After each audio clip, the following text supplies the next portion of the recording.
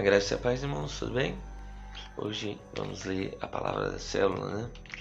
E a palavra da célula se chama Veja o favor soberano em sua vida. Amém? Quando você entra no descanso, a graça transborda na sua vida, irmãos, né? Favor pode ser aumentado na sua vida. Deus pode aumentar o favor, irmãos. Sabe quanto isso é maravilhoso, né? Por isso você precisa ser... primeiro vamos definir o que é favor de Deus, né? Favor é o mesmo que graça, né? Ambos os termos significam a mesma coisa, porque a graça é o favor merecido, né? A Bíblia nos diz como aumentar esse favor na nossa vida, né? Então eu quero passar isso para vocês, né?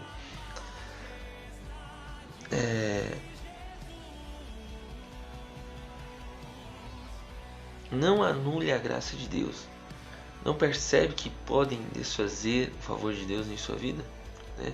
Primeiro vamos ver como isso pode acontecer, né? Paulo disse lá em Gálatas capítulo 2, verso 21, não anulo a graça de Deus, né? Se você perguntar a um crente hoje o que anula a graça de Deus, ele imediatamente vai falar que é o pecado, né? Mas a verdade é que na verdade é a lei que anula a graça, né? A lei é um sistema de troca, né? De relacionamento baseado em troca, né? De merecimento, né? Deus faz por mim porque eu fiz isso, né? Eu faço isso porque Deus eu recebo isso de Deus porque eu fiz aquilo, né?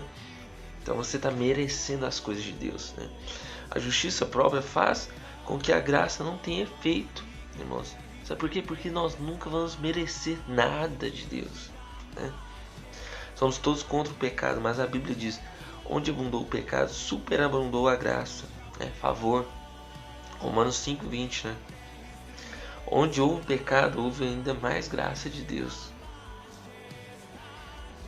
Romanos 11 nos dá uma redefinição da graça, né? Fala assim, Romanos 11, capítulo 11, verso 6. E se é pela graça, já não é pelas obras. Do contrário, a graça já não é graça.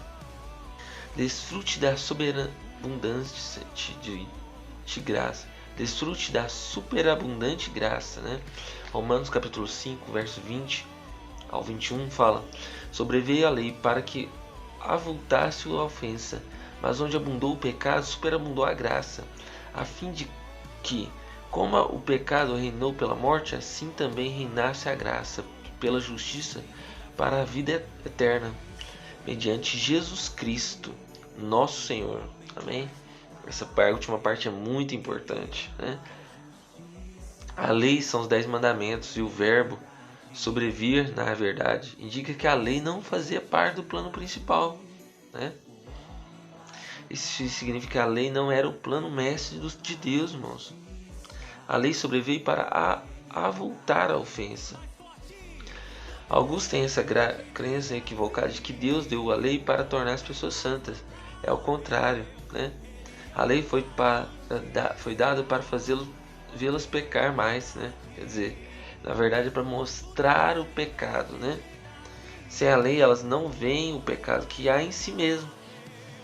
Isso não é para incentivar a pecar, mas para lhe dizer que você não fica sem esperança quando há pecado em sua vida.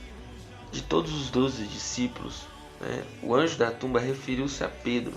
Então Jesus morreu, ressuscitou. E uma das primeiras coisas que ele fez foi mandar o anjo, né, dizer a mulheres: mande dizer a seus discípulos e a Pedro. Está lá em Marcos 16, verso 7. Todos os discípulos que errou mais foi Pedro. E o seu nome foi especificamente mencionado pelo anjo. Isso realmente nos faz entender onde abundou o pecado, superabundou a graça, né? Quando Jesus ressuscitou, ele tomou o café da manhã com seus discípulos na praia do Mar da Galileia e perguntou a Pedro: Pedro, você me ama? Está lá em João capítulo 21, verso 15.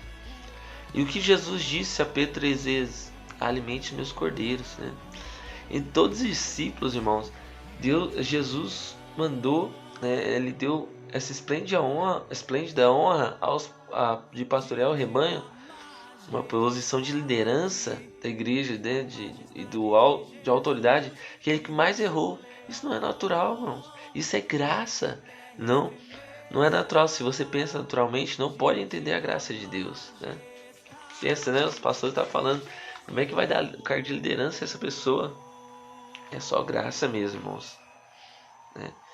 Alguns presumem que para terem mais graça, então teriam de pecar mais, mas isso não é verdade. A Bíblia diz que Jesus era cheio da graça, mas ele nunca pecou. No entanto, ele crescia em graça, né? Lá em Lucas capítulo 2, versos 51 ao 52. E desceu com eles para Nazaré, e era-lhe submisso sua mãe, porém guardava todas essas coisas no coração. E crescia Jesus em sabedoria, a estatura e graça, diante de Deus e dos homens, né? Irmão, o Senhor, aos 12 anos, sabia muito mais do que seus pais, mas mesmo assim ele lhe era submisso.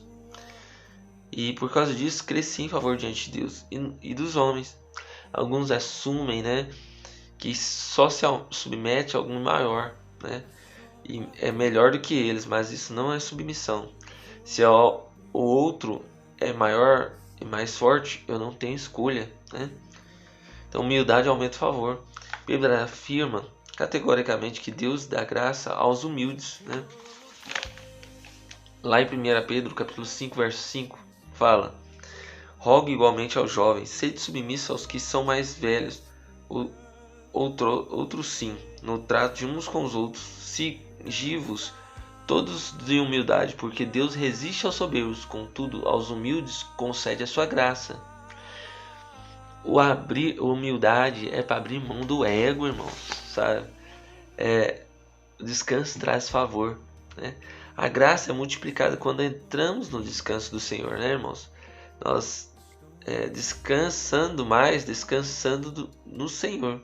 Então, como você pode aumentar a graça na sua vida? É descansando mais, irmãos. É descansando no Senhor. Quanto mais você descansa, mais a graça transborda. É um descanso interior. Tal atitude, repousante, aumenta o favor. Conhecer a Cristo multiplica o favor, né? Irmãos, a principal maneira pela qual a graça pode ser aumentada é conhecer o Senhor. Irmãos, busque o conhecimento, né? Lá em 2 Pedro capítulo 1, verso 2 fala: graça e paz sejam multiplicados no pleno conhecimento de Deus e de Jesus pelo nosso Senhor. A graça não é multiplicada quando fazemos mais. Muitos pensam, né? Se eu apenas fizer mais para Deus, mas não é o fazer, é o conhecer a Cristo que multiplica a graça, né? Esse versículo significa que quanto mais temos revelação de Jesus, mais graça e paz são multiplicados em nossa vida. Cada vez que você ouvir uma pregação ou um ensinamento que a traga de volta para a pessoa de Jesus, tudo em sua vida será abençoado, tudo em sua vida prosperará, porque a graça e a paz aumentam, não fazendo mais, mas vendo mais, irmãos, sabe? Nós temos que entender isso, irmãos, sabe? Jesus, ter conhecimento de Jesus, da graça de Deus, Deus ter mandado seu Filho unigênito para morrer no nosso lugar, sabe? Isso aumenta a graça de Deus para nós, amém? Essa é a palavra da célula, irmãos, sabe?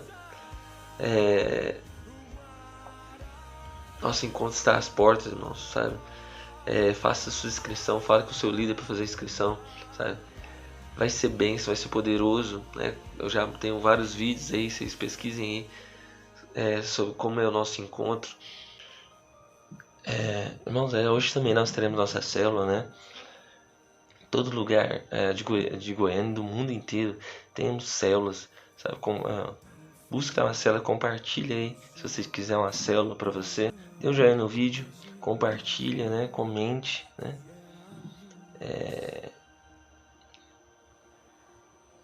Leia a Bíblia, medite na palavra, ore e tenha comunhão com os irmãos.